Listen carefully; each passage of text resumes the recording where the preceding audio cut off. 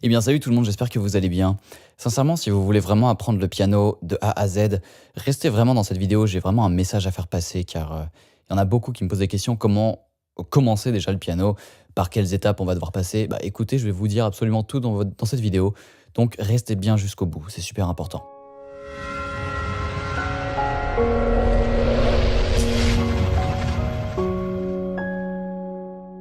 Dans un premier temps, si vous voulez apprendre le piano, il faut savoir une chose.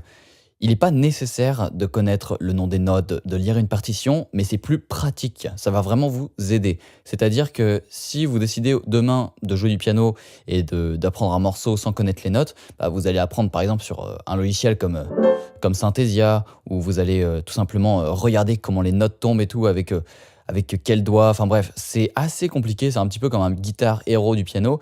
Je comprends, écoutez, c'est vrai que ça peut sembler simple au premier abord, mais il y a un petit souci, c'est que vous allez prendre énormément de temps à apprendre un morceau parce que vous allez être comme ça dans la répétition entre switcher avec votre piano et Synthesia. Enfin bref, ça peut prendre du temps. La deuxième méthode, c'est vraiment déjà d'apprendre à lire une partition. Et non, contrairement à ce que les gens peuvent penser, apprendre à lire une partition, c'est pas si compliqué que cela. Savoir lire une partition, c'est pas nécessaire, mais ça va vous aider. Ça va être plus rapide pour vous. Donc ça, c'est la première chose. La première chose à faire si vous voulez vraiment apprendre le piano. N'hésitez pas à investir votre temps. Ouais, des fois, je joue des petites notes, hein, comme ça m'arrive. N'hésitez pas à investir votre temps dans l'apprentissage du solfège. C'est assez important. C'est pas nécessaire d'apprendre tout le solfège, mais apprenez au moins les bases. Comment lire les notes, comment lire les accords, qu'est-ce qu'une clé de sol, qu'est-ce qu'une clé de fa, qu'est-ce que c'est des dièses, c'est quoi l'armure, les gammes et tout ça. Enfin voilà, c'est assez nécessaire si vous voulez apprendre le piano rapidement. Voilà, la première chose, donc, simplement consacrer son temps au solfège. Deuxième chose, avoir un objectif. J'avais fait une petite vidéo récemment, enfin plus récemment dans ma chaîne, où je parlais vraiment d'avoir un objectif dans le piano. Pourquoi avoir un objectif, c'est super important. C'est super important d'avoir un objectif, c'est-à-dire de se visualiser en train de jouer un quelconque morceau. Je sais pas, prenons par exemple ce morceau.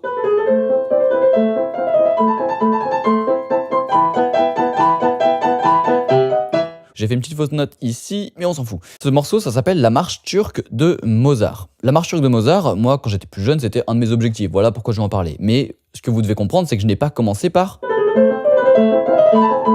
J'ai commencé par quelque chose d'autre avant. J'ai commencé par des morceaux beaucoup plus simples, comme... je me souviens plus, hein, j'étais assez jeune. Mais voilà, j'ai commencé par des morceaux vraiment, vraiment très simples, qui ne demandaient absolument pas les compétences nécessaires pour jouer. Voilà, parce que ce morceau, sachez que vous allez le jouer après plusieurs années de piano. Donc il ne faut pas commencer par des morceaux qui vous semblent impossibles. Ce que je vous dis vraiment sincèrement dans cette vidéo, commencez par vous fixer un objectif. Ça peut être par exemple... Ou ça peut être, je ne sais pas, des choses encore beaucoup plus dures comme celui-ci.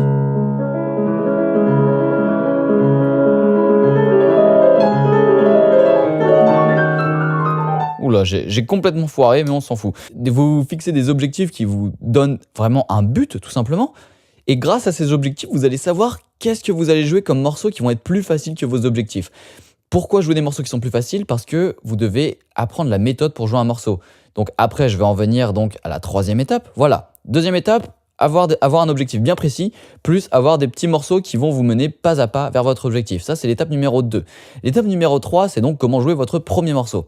Comment jouer votre premier morceau? Alors, je vais vous le dire sincèrement. Vous allez donc, si vous savez donc lire une partition, je pars vraiment du principe que vous avez réalisé l'étape numéro 1, c'est-à-dire vous former dans la lecture musicale, tout simplement. Une fois que vous connaissez tout ça, il va falloir maintenant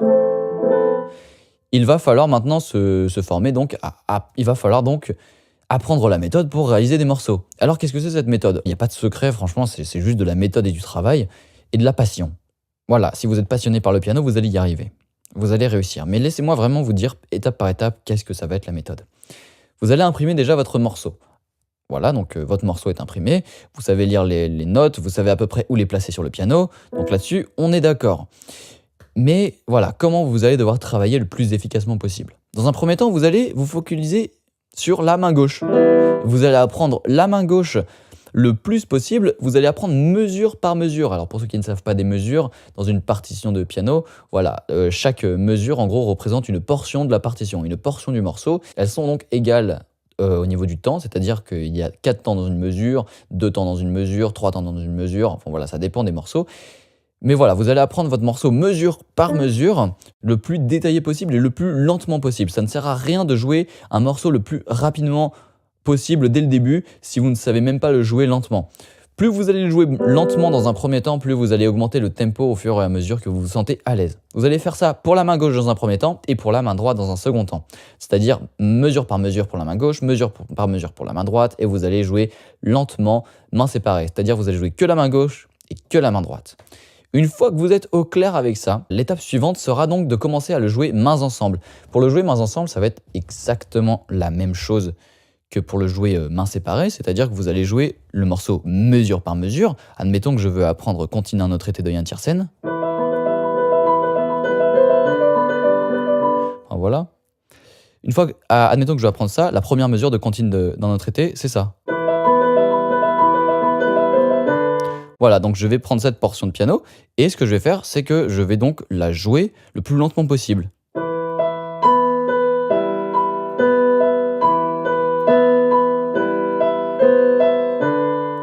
Vous pouvez même le jouer encore plus lentement.